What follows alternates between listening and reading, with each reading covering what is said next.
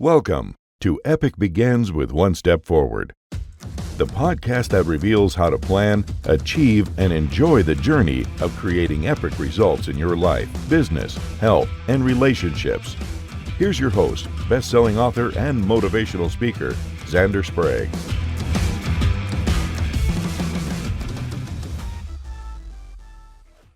Hello, epic people, and welcome to another exciting edition of Epic Begins with One Step Forward. Today, I am so honored to be joined by Lois Letchford, and Lois, tell us who you are and what you do. Hi, thanks, Xander, for having me here. I am Lois Letchford. I'm an author, I'm an educator, and I'm a speaker. And my book is Reversed a Memoir, which tells the total journey of what happens when a son fails first grade. Wow. That's the first step. That's it. Well, I have you on for a few reasons. Your story is interesting, and there's a little that ties into me too. So I'm always about, let me find some connection. So I am fascinated to hear about you and your son's journey. Yes. Well, it was 1994 when my son first went to school, and I knew there was a problem. I knew he was slow with language and he was afraid to go to school. So on day one of school, we gave him a stick insect. We found one in the garden. We put it in a little box, put holes in it, and we sent him to school. And he came home, and I asked, "Did your teacher get to see it?" And he just shook his head. At the day 6, I go to the teacher and say, "Well, how's he getting on?" And she just throws up her hands and says, "Well, I don't know how I'm going to teach him this year. You know, he can't do anything, and he just stares into space all day." And what I knew as a mother was that he wet his pants and he bit his fingernails and he stared into space all day. And at the end of that year, you do the normal thing, you get them tested. That's the standard approach. Sure. And the testing reveals he can read 10 words, he has no strength, and he has a low IQ. That's a basket no one ever wants to be in. And that IQ test can stay with a child in many, many unconscious ways for a long period of time.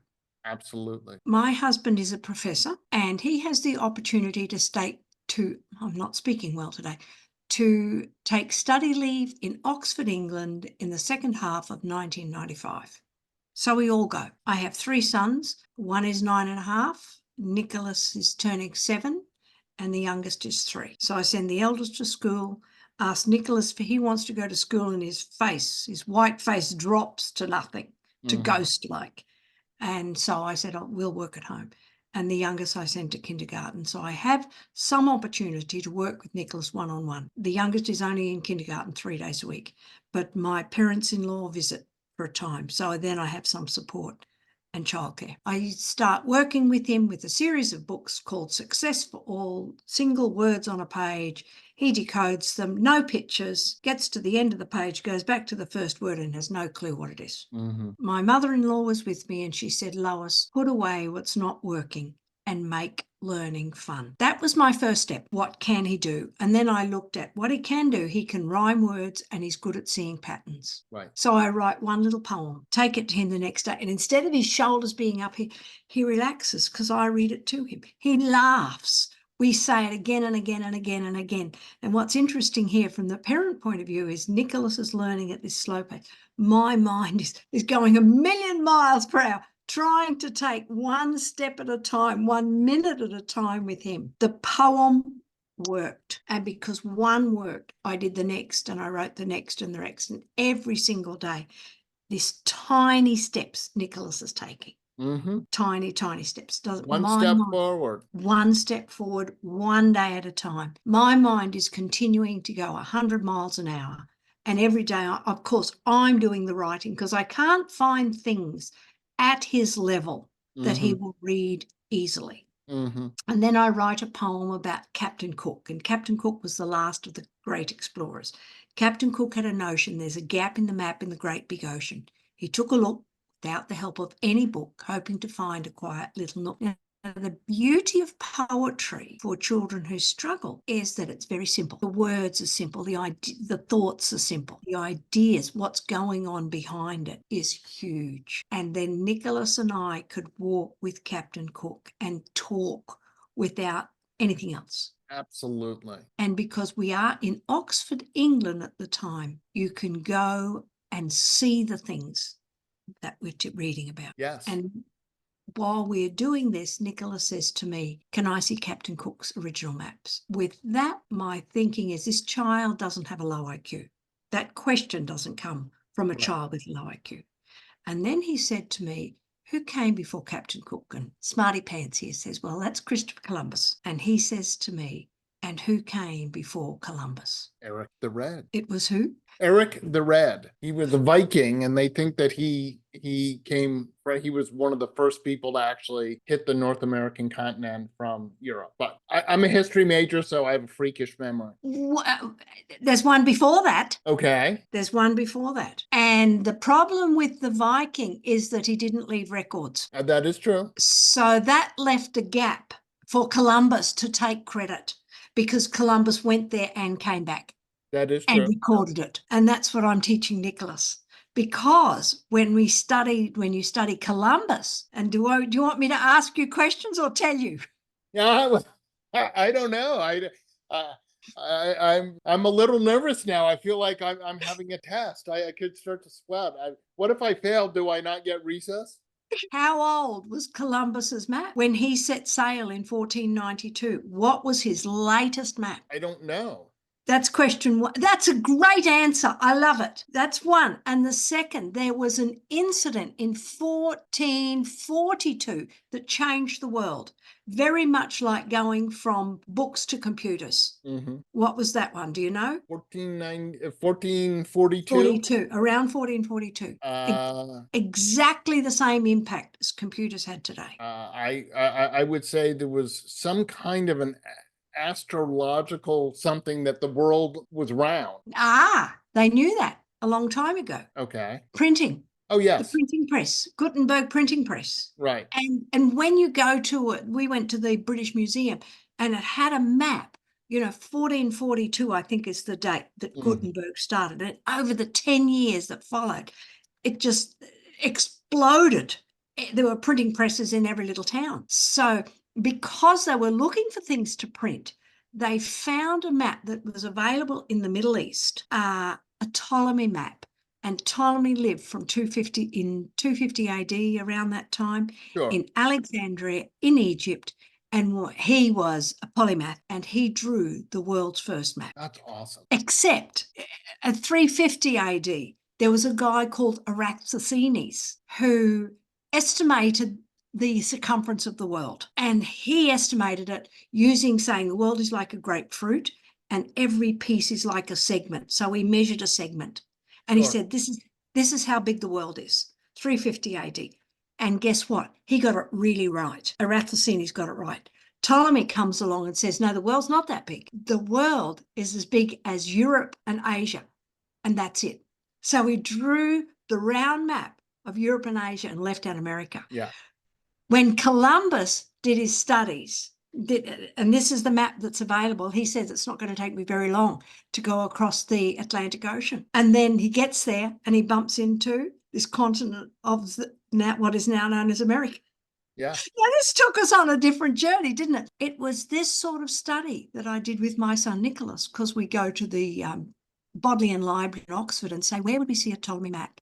The lady, we're in the gift shop. The lady behind the counter picks up a book and says, this is a book of Ptolemy maps. It'll be £5, please. My son Nicholas, who has this supposed low IQ, is drooling over the maps of Ptolemy. Sure. That's the starting point. And where I connect with you is how overwhelming this journey was with Nicholas, because I'm writing, thinking there, thinking. One day we're on the bus and I'm telling my husband about what we're doing and blah, blah, blah.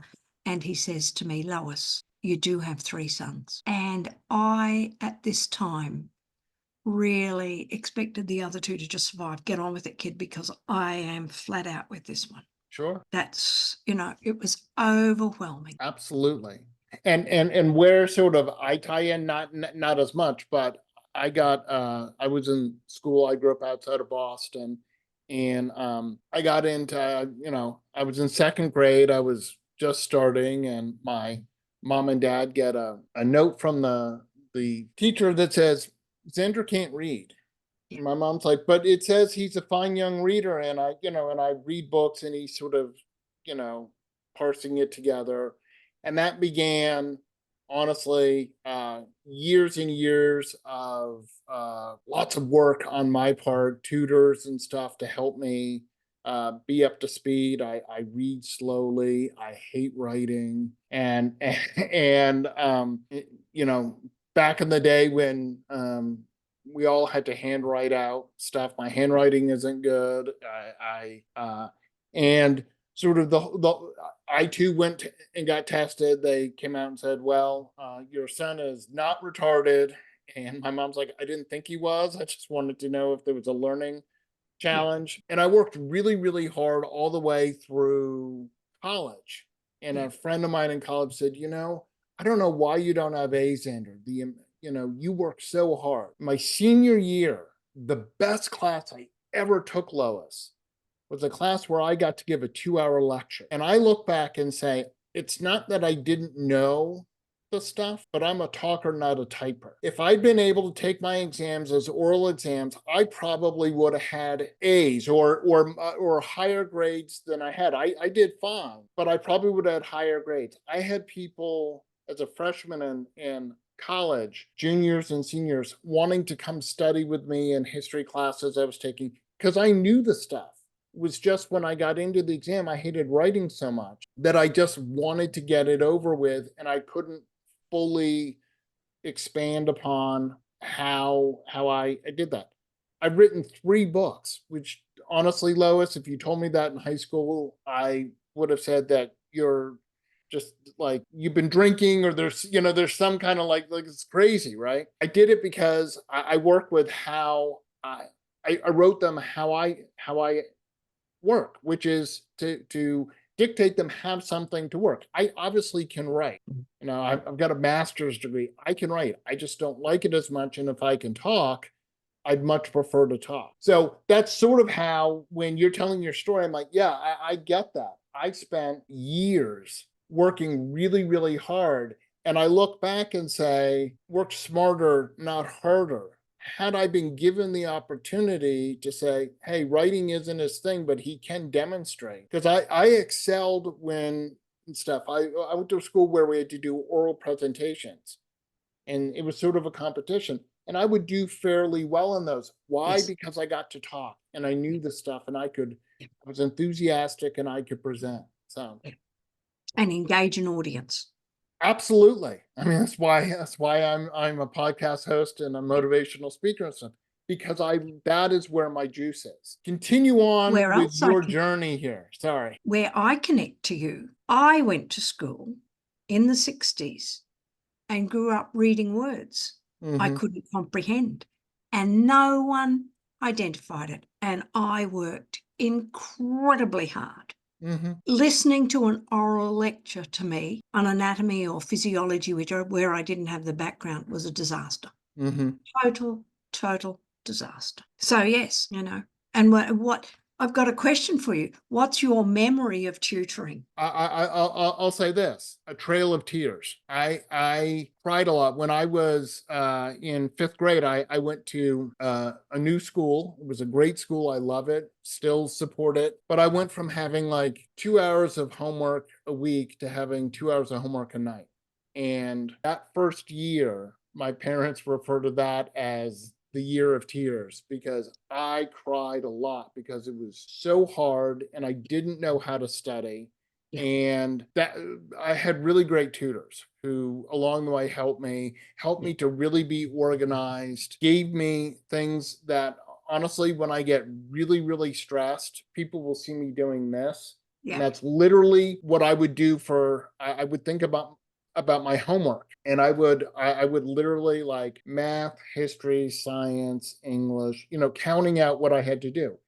Because of that experience, Lois, when I'm a licensed mental health professional, and when I was doing my internship, I was working in a school-based thing with middle school and high school, which a lot of my students had academic issues. Yeah. And I because of my own experience, best way to come up with something, I had this thing that I would share with them and their parents, which is to say, structure is our friend, and structure helps us feel comfortable with stuff. So what I wanted them to do, and some of my clients did it and discovered that the homework got easier because I would say, all right, start off with your least favorite subject and get it first and go to your most favorite subject. Why? Couple reasons. Yeah, I know you're with me, but I'm still going to share it with the audience. Perfect. One, the thing that's hardest, do it when you have the most energy. Yes. It is human nature to avoid the things that are unpleasant. However, if we work our way towards the thing that we like most, by the time we get there, that's the thing that isn't as hard. It just comes naturally. You're like, if you really love reading, you leave English because you got to read whatever book. Yeah. It's not as hard, and even though you don't have as much energy. The other thing is, look at the time that you have, map out how long you think, oh, I think math will take me 45 minutes today. I think my language will take me a half an hour. Put in breaks. We all have smartphones. Gosh knows all of my students had smartphones. They go, there's a timer on that. I bet you watch YouTube or TikTok or whatever. Oh, yes. Put a timer, take a break for 10 minutes. When that timer goes off, you get back to doing studying. Otherwise, you found an hour went by. Or they would say how tired they were. I'm like, all right, well, what time did you start homework? Oh, I don't go to bed until like 1:30 in the morning, but I have to be up at 6 and I'm so tired. And I'm like, what time do you start homework? Oh, probably 10 o'clock. Okay. You got out of school at 3. What'd you do for 7 hours? Yeah. Now, some of them were athletes. So Yes. I'm not coming down on them. They're like, Yes. I don't get home until 8 o'clock. I got to eat some breakfast, some dinner. Yeah. I totally get it. If you have a reason, some had jobs, absolutely. But if you're like, I don't know, I hung out with my friends, I, watched YouTube, I played video games. No, don't do that. Get all of your stuff done. You're still going to have that time. It just comes later in the day, and you can go to bed at 10 At a o'clock. reasonable hour. Yeah. Anyway, I know you're nodding. You're like, yeah, I'm right there with you. But that was my own experience, was that strict adherence to structure is what helped me get through it and help me plan out and have breaks. Not just say, I can't sit down. No one can sit down, Lois, and do, 3 hours of homework straight on 5 subjects. You just can't. Exactly. I got so much to say. I'm sure you do. I can tell. And it's where we want to take this conversation. You're a mental health professional, and that's where I want to take this conversation. Sure. Because Nicholas, the story is Nicholas eventually graduates. He goes to an university. He graduates with 2 honors degrees. It takes 5.5 years to graduate with 2 honors degrees, honors degree in mathematics and an honors degree in engineering. And then he gets a scholarship to do a PhD in applied mathematics from Oxford University. Wow. There's a YouTube video clip that was taken on the day he graduated. And it's phenomenal because you see the growth. Yeah. Okay.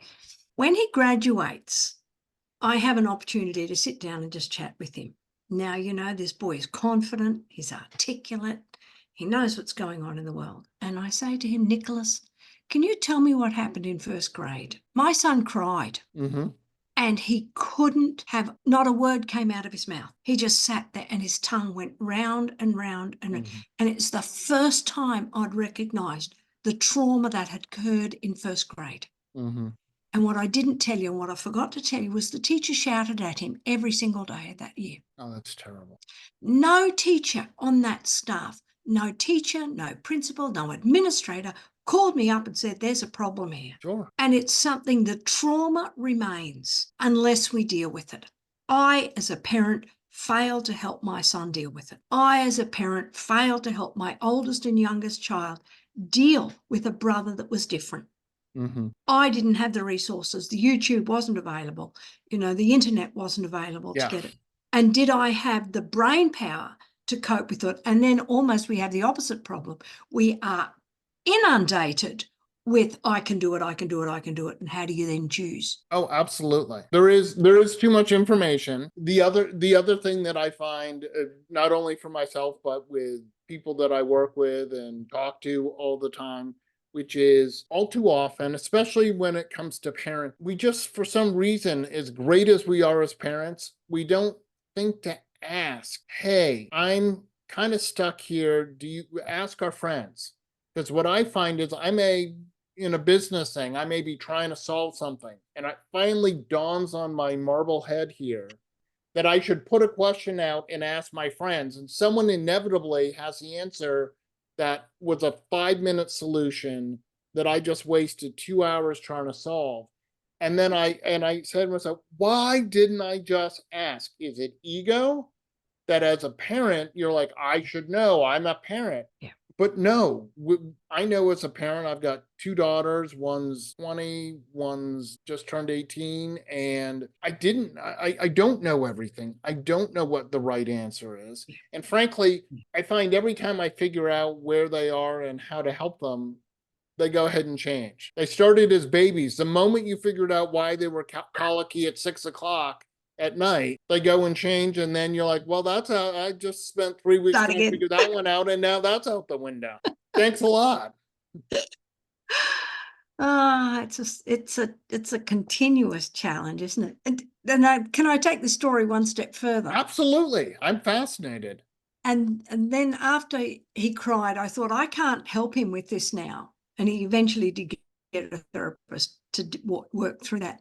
But I said, tell me what you remember about learning with me in Oxford. Mm-hmm. And instead of crying, he's laughing.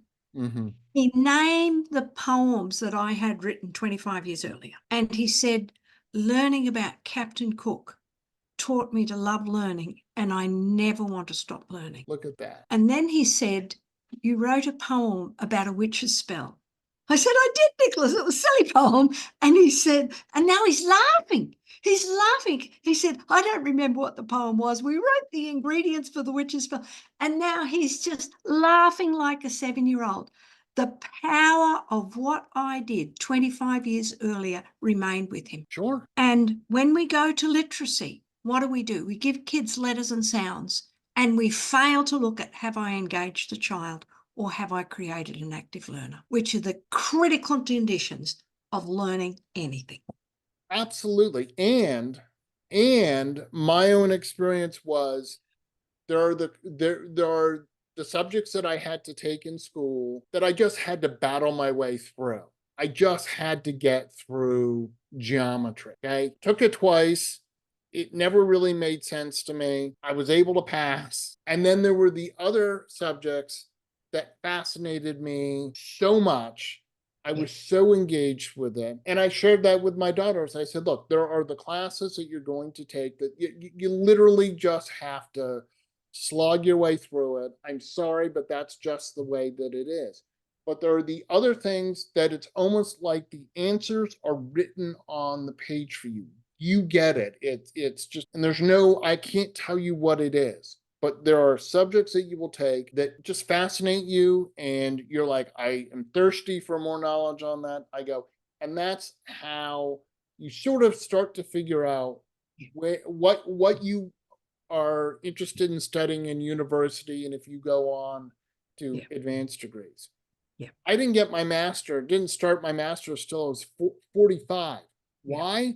Because I didn't need that degree. And I was not about to spend time to go get a degree in medieval literature to say I have a master's in medieval literature that I was never, ever going to use. To me, education is so powerful, but you should be using it because it's helping to further you, not just to have letters after your name or whatever. Totally agree. And, I think we forget, or we don't know, the way we teach impacts the way how students learn. Absolutely. When you come up with a subject like geometry, which was obviously one of Nicholas's favorites, the more physical hands-on stuff that we can do. Yeah, that kinetic learning is, and everyone is different learners. And as a parent, if we can try and suss out what kind of a learner our kid is, right? Like for you, an oral lecture might as well have been in Greek. Honestly. And if it's anatomy, some of it was, but that's not the point. And this is where I say where it changed, because I did anatomy a second time, and then the next professor that I had brought in a box of bones. Transformative learning for me. I can do this. He pointed them out. He's touching them, Misha. Now you got it. Yeah. No, absolutely. Anyway. No, but it's true. Yeah. And understanding and being honest as a parent, the strengths and weaknesses of our children, where they're strong, hope that we can encourage that and have that be the part that they're focusing on, that they sit there and say, here's how I learned, here's how I need to do it, right? To be their own advocates. I'll give you an example. My older daughter was born with a partial unilateral hearing loss. She just doesn't hear as well out of her right ear. We knew this from birth. You would never know. She doesn't have any speech impediment, whatever. But in school, from first grade on, she advocated for herself, which I'm very proud of, when she wasn't we had preferential treatment for her. We had what they call a 504, which is just school-based, just not a whole individual, educational plan, because she didn't qualify, didn't need that. They had an FM system. But if the teacher was walking, or in first grade, we had this problem where the teacher was doing a spelling test and walking around the room. Doesn't hear it. And then Addie wasn't doing, she was missing words, right? Yeah. And the teacher's like, I don't get it. She seems so good. And my then wife and I asked this question. We said, are you standing or are you walking around the room? She goes, well, I'm walking around the room. And we're like, it's because Addie can't hear when you're on her right side. She can't hear you. She can't triangulate the sound. So it's not that she doesn't know how to spell the word. We know she knows how to spell the word. It's just that she can't hear some of these sounds. And so she's guessing. But she was great, because she would say, I can't. No, you need to be on my left side, or I need some accommodation here. They wore an FM system, and she had a hearing aid just in one ear, and she'd put a little thing on, and it would help amplify the sound in the classroom so that she could hear the teacher. But the whole point is, we can't sit in class with our kids. And if we make them confident in themselves, and there is a thing I talk about in my book, which I call the 97-3 rule, which is 97% of your day, Lois, is actually really good, and up to 3% isn't so good. Some days, obviously, it is bigger. Bad things happen. I get that. But we seem to forget the 97 and focus on the 3. And it actually comes back to what I was saying. I came up with this when I was doing my internship, where a lot of my clients had academic challenges. So I'd ask them their least favorite subject. Lots of them said math. So I'd sit there and say, yeah, I agree with you. Math was my least favorite. I said, how would you feel if you got a 97 on your next test? Oh my God, I'd be so excited. My parents would be proud. I'd be telling everyone. I go, absolutely. Would you be complaining about the 3 points you didn't get? Are you crazy? I got a 97. And I'm like, so there's so much good going on in your day, and you're ignoring it and only complaining about the 3% that didn't go, so-and-so didn't talk to me or whatever. And I said, but there's so much that you got right today. Why are you forgetting? And with our kids who have learning challenges, let's keep reminding them of all the success that they are having, because unfortunately the rest of the world tells them all the stuff, says, here's what you're not, the teachers, and I'm not coming down on teachers. I have friends who are teachers. They do a phenomenal job with what they're given. But the message is, you didn't get this right. Yeah, but what did I get? And imagine if our kids said, but what did I get right, teacher? Let's focus on, yes, you're right. It's important to know what you didn't get right, so maybe you can get it right the next time. And let's face it, and certainly as parents, our success rate is sort of like a Hall of Fame baseball player. Hall of Fame, you get into the Hall of Fame in baseball if you have a lifetime batting average of 300. Imagine we could be Hall of Fame parents, Lois, if we only got parenting right 1/3 of the time. Oh my gosh. Yes, it's a tough gig. And you don't have the knowledge. There's a balance, isn't there? Because when I was parenting my children and I didn't do well with 1 and 3, there's not enough information. And I didn't put enough time into it. Now we're on the other extreme where we're overwhelmed with information, but at least we have access to the information now. We do. And like anything, you're right. Now there's so much information, which one works. But Yeah. here's like the whole key to the thing. Failure is part of the journey. Yes. None of us, no matter what we're doing, is going to get it right 100% of the 100% of the time. We time. simply are not.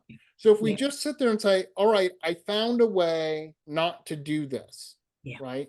I know as an entrepreneur, I have spent thousands of dollars on really great software tools that are supposed to help me do this or do that. And they just weren't the tool for me. It's not Yes. that they aren't good, they're just Or not the right the one tool, for yeah. me. To make it a lot more accessible for people and not big, because you and I are talking on this really high level and stuff. When you go buy clothes, sometimes, the same size jeans from one manufacturer to another fit differently. You find the type of jeans that fit you, and those are the ones that you buy. If they're sneakers, I used to run a lot. New Balance are the ones that fit my feet best. Doesn't matter how great Nike and Asics and Brooks are, they just didn't fit my foot right. No one argued with me. No one said, "Well, why aren't you doing it?" They don't fit. People get that. It all kind of ties in together, doesn't it? Yeah, it does. Yeah. And it like with your situation, just to value the child in the moment and to value all the children and not blame them so much.